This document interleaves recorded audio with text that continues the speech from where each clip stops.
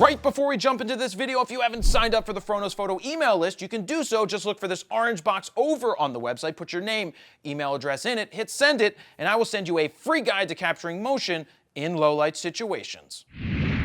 Jared Polin, FroknowsPhoto.com, and this is a side-by-side comparison of the specs between the Nikon D5 and the Canon 1DX Mark II.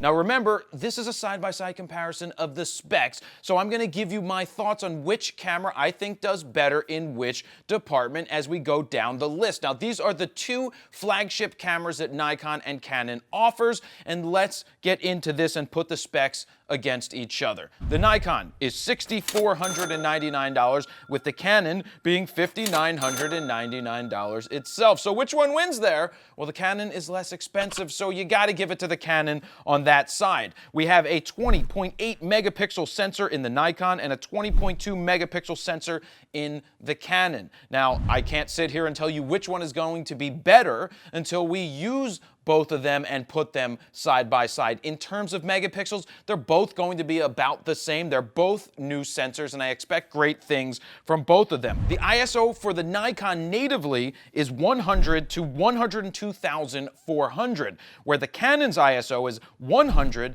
to 51,200, which means that the Nikon is going a stop further natively. Now, which one is going to be better? Of course, we have to see them side by side to see which ones are cleaner at what ISOs. But let's talk about the expandable range. The Nikon is expandable from 50 to 3,280,000, where the Canon is expandable from 50 to 409,600. Now, does it mean anything that the Nikon goes to 3 million?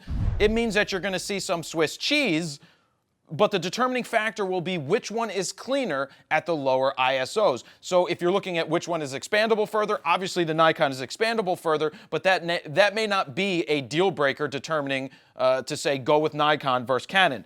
The Nikon does 12 frames a second or 14 frames a second with mirror lockup, where the Canon does 14 frames a second or 16 frames a second in live view. The Canon is absolutely blazing fast at 14 frames a second, and the Nikon isn't too far behind at 12.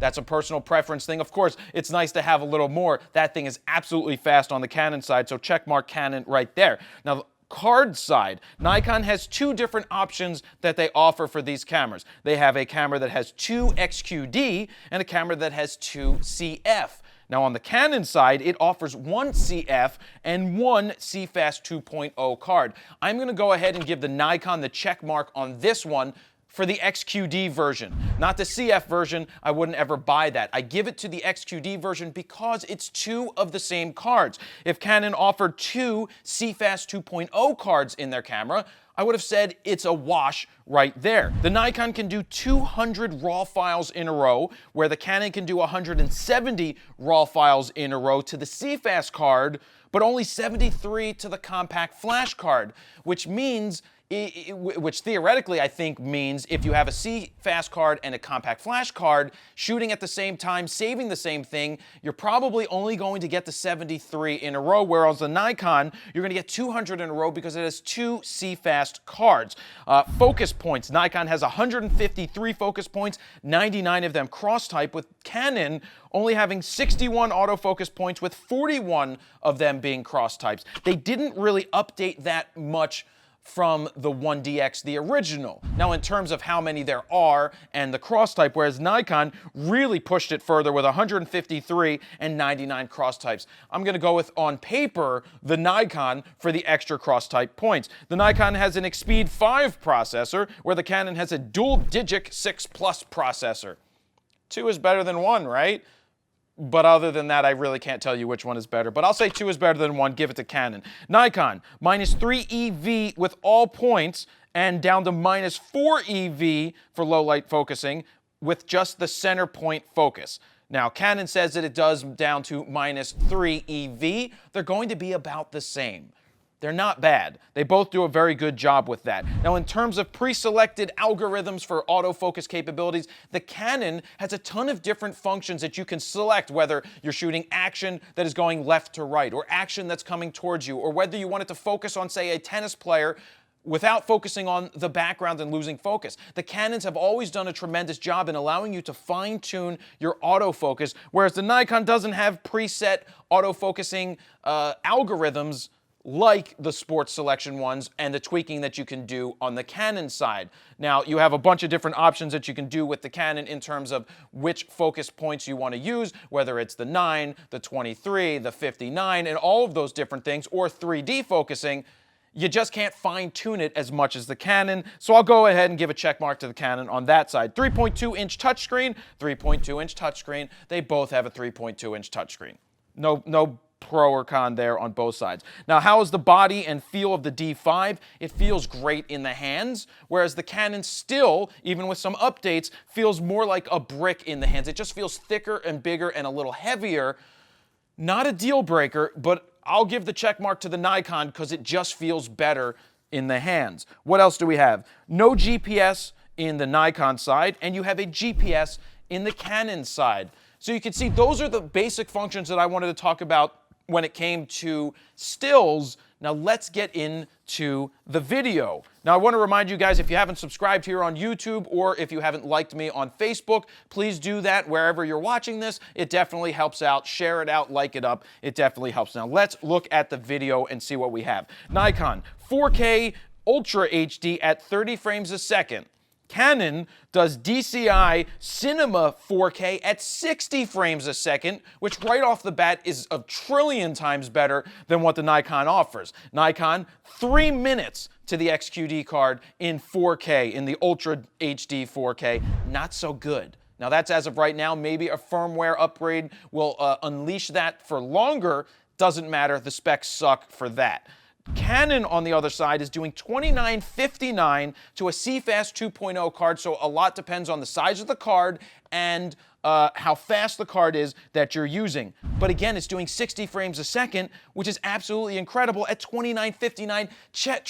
Quadruple check marks to Canon for the video right there. Nikon does 1080 at 60 frames a second. Canon, 1080 at 120 frames a second, burying the Nikon's video capabilities completely. The Canon's crushing it right there. You have dual pixel AF, which is an incredible function that Canon has in their higher end cameras and also has it in their D70, what's it, a 70D, and that function is incredible. Nikon has some sort of autofocusing for video, not nearly as good as what the Canon has. You have Touch AF for the Canon, which is awesome. I believe you have some touch capabilities with the Nikon for touching where you want it to focus, but it's not going to compete with what the Canon does. The Canon, again, has incredible focus capability because they have the ability to take the technologies from the C100 Mark II, the C300 Mark II, and put those into a camera like this. The Canon is doing the 4K with motion JPEG, which I'm being told is much better,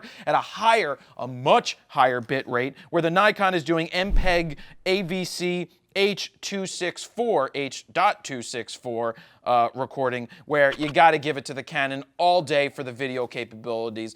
All day. If you're looking for a camera that's going to be better in video, you're going to go to the Canon. It's hands down the better choice when it comes to shooting video between these two flagship cameras. Final thoughts.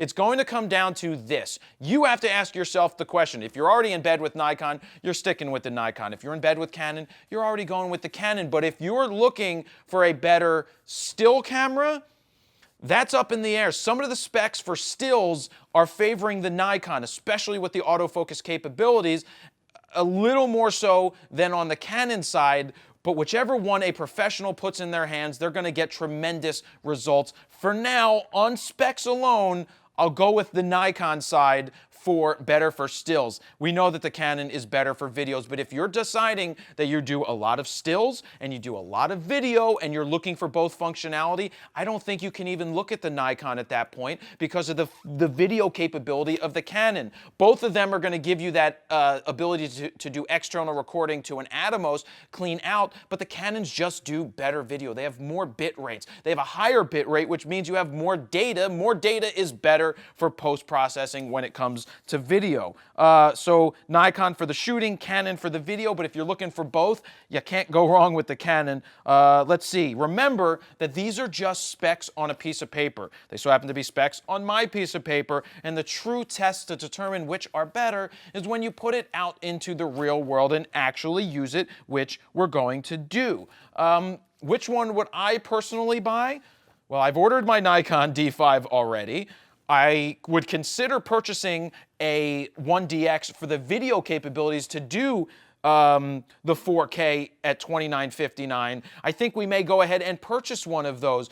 When it comes to shooting for action, it's going to be a crapshoot for both of them. The determining thing is going to be whether this Nikon 153 focusing points with 99 cross type is better than the Canon. If it can acquire better and it can really compete, that's going to be something very interesting. But I would buy both. I mean, of course, not saying that if you have to choose one or the other, I can't tell you which one I would choose over the other than I ordered the Nikon D5 already because I'm already all set with my Nikon glass. But I may purchase a 1DX as well for multiple reasons. So it's a crapshoot. Those are specs on pieces of paper. I hope you like the side-by-side comparison of just the specs. Remember, it's only the specs. Only time can tell when these cameras come out and we put them in our hands and run them through its paces to determine which is better, if one is that far ahead of the other or not. What do you guys think? Which one wins for you? If you could pick one of them, would it be the Nikon or the Canon? Leave a comment down below letting me know which one you would go with. And as always, thank you guys very much for watching. Don't forget to subscribe or like my Facebook page, and that is where I'll leave it. Jared Poland, FroKnowsPhoto.com. See ya.